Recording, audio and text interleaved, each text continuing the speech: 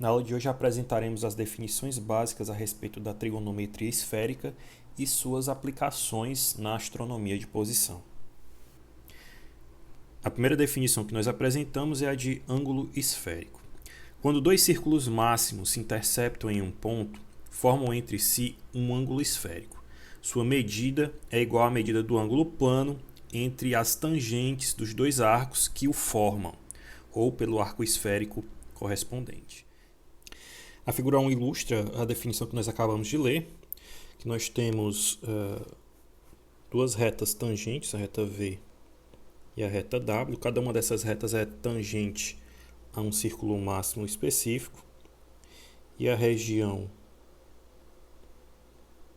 em cinza, mais escura, é a região composta por parte da área do círculo máximo que a reta W tangencia e por parte do círculo máximo que a reta V tangencia. Então, de acordo com a nossa definição, com a definição que nós acabamos de ler, o ângulo esférico ele pode ser dado pelo ângulo plano entre as retas tangentes ou pelo arco esférico correspondente. Vamos supor que esse aqui seja o centro da nossa esfera. O arco esférico correspondente seria essa seção aqui circular. Então, ele pode ser dado tanto pelo ângulo plano entre as retas que tangenciam os círculos máximos que o formam, ou pelo arco esférico correspondente. Aqui à direita nós temos uma visão de cima, desse ponto P apresentado já aqui ao lado esquerdo da figura, e aqui nós vemos no detalhe os círculos máximos se interceptando no ponto P. Mais uma vez, o ângulo esférico é o ângulo entre as retas tangentes ou o arco esférico correspondente. Uma outra definição básica da trigonometria esférica trata dos triângulos esféricos. Um triângulo esférico não é qualquer figura de três lados sobre a esfera. Seus lados devem ser arcos de grandes círculos, ou seja, arcos esféricos. Denotamos os ângulos de um triângulo esférico por letras maiúsculas e os seus lados por letras minúsculas. Na figura 2 nós temos a representação de um triângulo esférico. Como vocês podem ver, um triângulo esférico ele é formado por partes de três círculos máximos projetados na esfera e esses lados, que são seções dos círculos máximos, são representados por letras minúsculas. Esses lados também são ângulos e são representados por letras minúsculas. Esse lado que eu vou destacar agora em vermelho, que estou destacando em vermelho, ele é representado por esse ângulo C, essa letra minúscula C, e ele é parte desse círculo máximo que vocês estão vendo aí destacados. Nós temos um segundo lado do triângulo, que também é formado, como nós acabamos de dizer, por um trecho de um círculo máximo. Esse que eu destaquei agora por último, ele é representado por esse arco denotado pela letra minúscula A. E um terceiro lado do triângulo esférico, que também é um trecho, um setor de um círculo máximo projetado na esfera, representado, este último, pela letra minúscula B. Então, os lados do triângulo esférico vão ser arcos, vão ser ângulos, e são denotados por letras minúsculas. Os ângulos internos do triângulo esférico são denotados por letras maiúsculas, como vocês podem ver aqui, A, B e C. Aqui ao lado direito nós temos o desenho do mesmo triângulo, mas agora ele está sendo visto de uma perspectiva diferente. Como vocês podem ver, agora ele não parece mais tanto assim com um triângulo plano.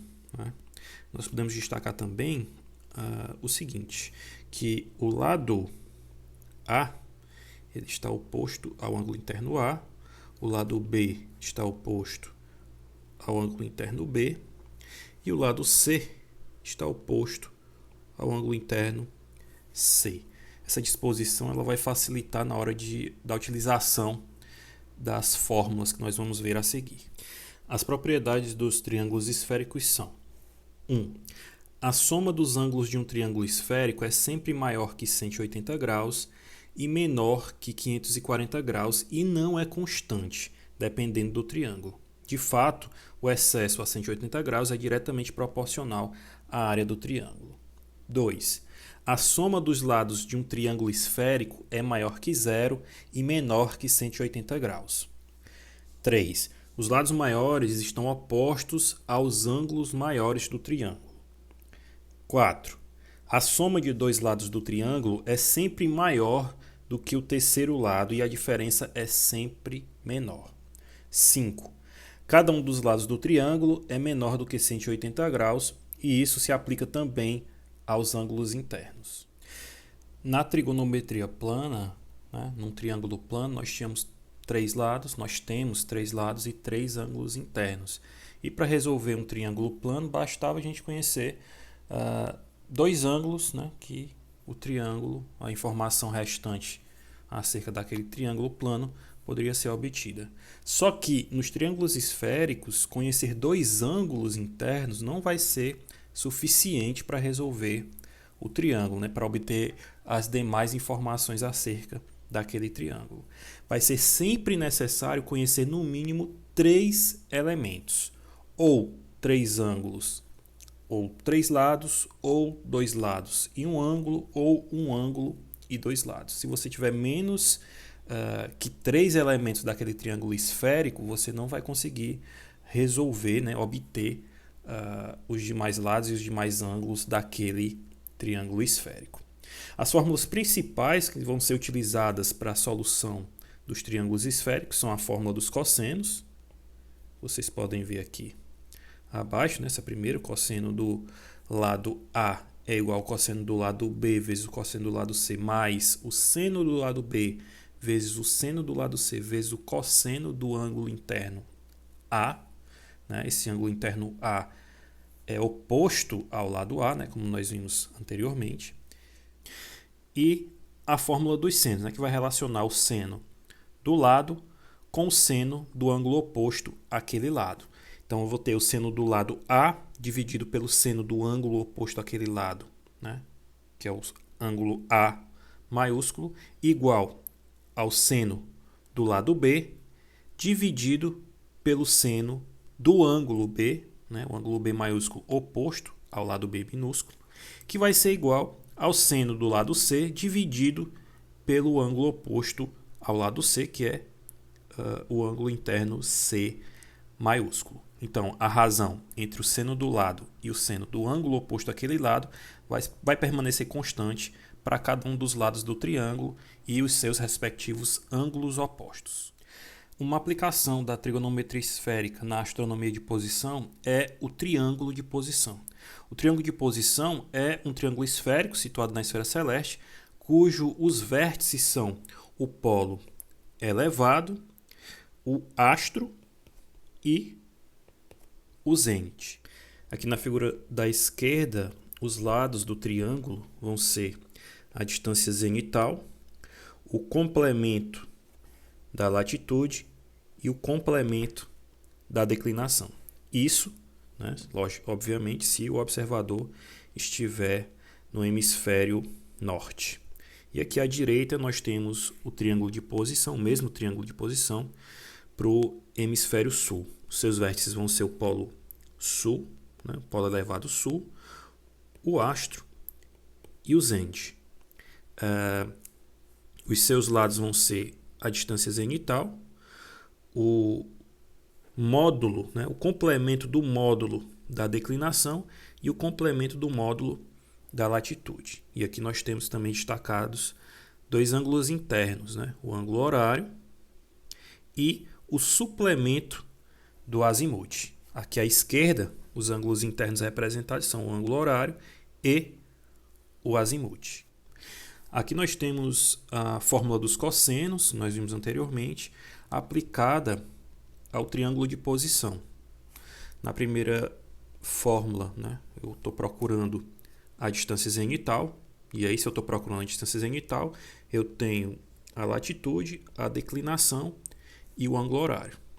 Na segunda, né, isso aqui na primeira.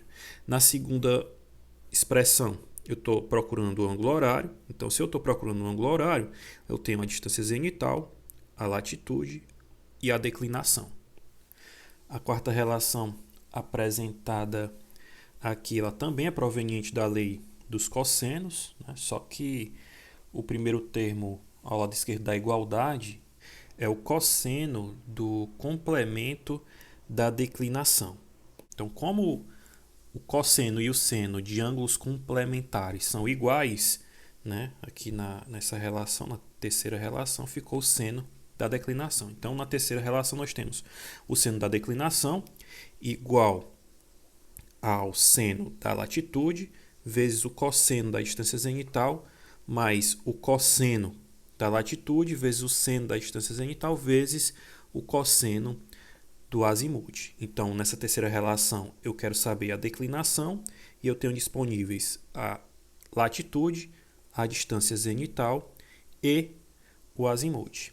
E a quarta relação, né, quarta e última relação, eu quero descobrir o cosseno do azimuth e eu tenho disponíveis a declinação, a distância zenital e a latitude. Então, todas essas expressões elas são provenientes da lei dos cossenos que nós vimos anteriormente. Utilizando a segunda expressão que nós vimos no slide anterior, para o cosseno do ângulo horário, né, onde o cosseno do ângulo horário é igual ao cosseno da distância zenital vezes a secante da latitude vezes a secante da declinação menos a tangente da latitude vezes a tangente da declinação, né? Nós podemos aplicar essa expressão numa situação em que a distância zenital é igual a 90 graus, ou seja, nós podemos calcular o ângulo horário no ocaso, né, para uma estrela com a declinação delta bem definida. Então, essa expressão, como nós estamos considerando o ângulo horário no ocaso, nós vamos ter que o cosseno da distância zenital vai ser igual a zero. E a expressão acima ela vai se reduzir a essa expressão que nós temos aqui abaixo, onde o ângulo horário vai depender apenas da declinação e da latitude do lugar. Se a estrela considerada for o nosso Sol, né, nós podemos determinar quanto tempo o Sol permanece acima do horizonte, né, em um determinado lugar, utilizando a expressão acima. Basta nós determinarmos a declinação do Sol e a latitude do lugar. Como a declinação do Sol varia ao longo do ano, né, como nós vimos em aulas anteriores, nós podemos determinar um dia, né, especificar um dia, observar a declinação para esse dia e usar a latitude de um lugar qualquer. Se nós quisermos descobrir quanto tempo o Sol permanece acima do horizonte na cidade de Parnaíba no dia do solstício de verão, ou seja, o solstício de verão, ele vai ocorrer no dia 21, que ocorre, né, em média, no dia 21 de dezembro, certo? De cada ano. E nesse dia, a declinação do Sol ela vai ser igual a menos 23,5 graus.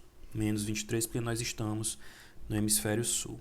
E a latitude da cidade de Parnaíba ela é de aproximadamente menos 2,9 graus. Então, utilizando esses dados, né, e substituindo aqui na expressão, nós vamos conseguir calcular o cosseno do ângulo horário. Você calculou arco cosseno para esse valor, e aí você vai conseguir calcular o ângulo horário.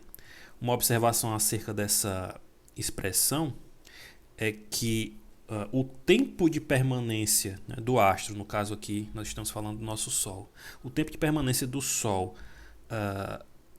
do nascer ao ocaso vai ser igual a 2 vezes o ângulo horário. Então você vai calcular o ângulo horário, vai multiplicar por 2 e fazer a conversão de graus para horas, né? Lembrando que 15 graus equivalem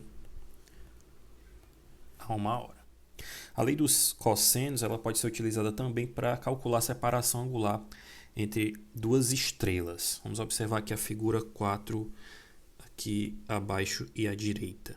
Na figura 4 eu tenho o astro aqui no ponto A e um outro astro no ponto B.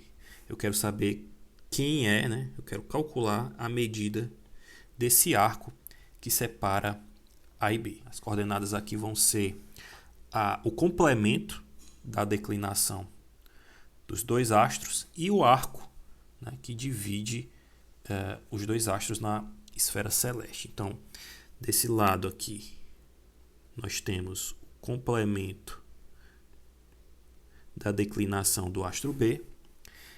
Esse outro lado aqui, ele é o complemento da declinação do astro A.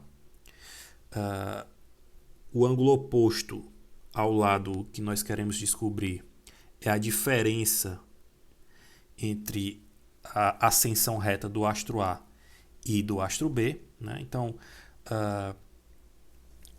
substituindo esses valores na fórmula dos cossenos, né, para encontrarmos esse arco AB, né, substituindo esses valores, a expressão ela vai se reduzir a essa que nós vemos aqui do lado esquerdo. Então, o cosseno do arco vai ser igual ao seno da declinação do astro A vezes o seno da declinação do astro B, mais o cosseno da declinação do astro A vezes o cosseno da declinação do astro B, vezes o cosseno da diferença das ascensões retas, né? Ou seja, cosseno de alfa A menos alfa B.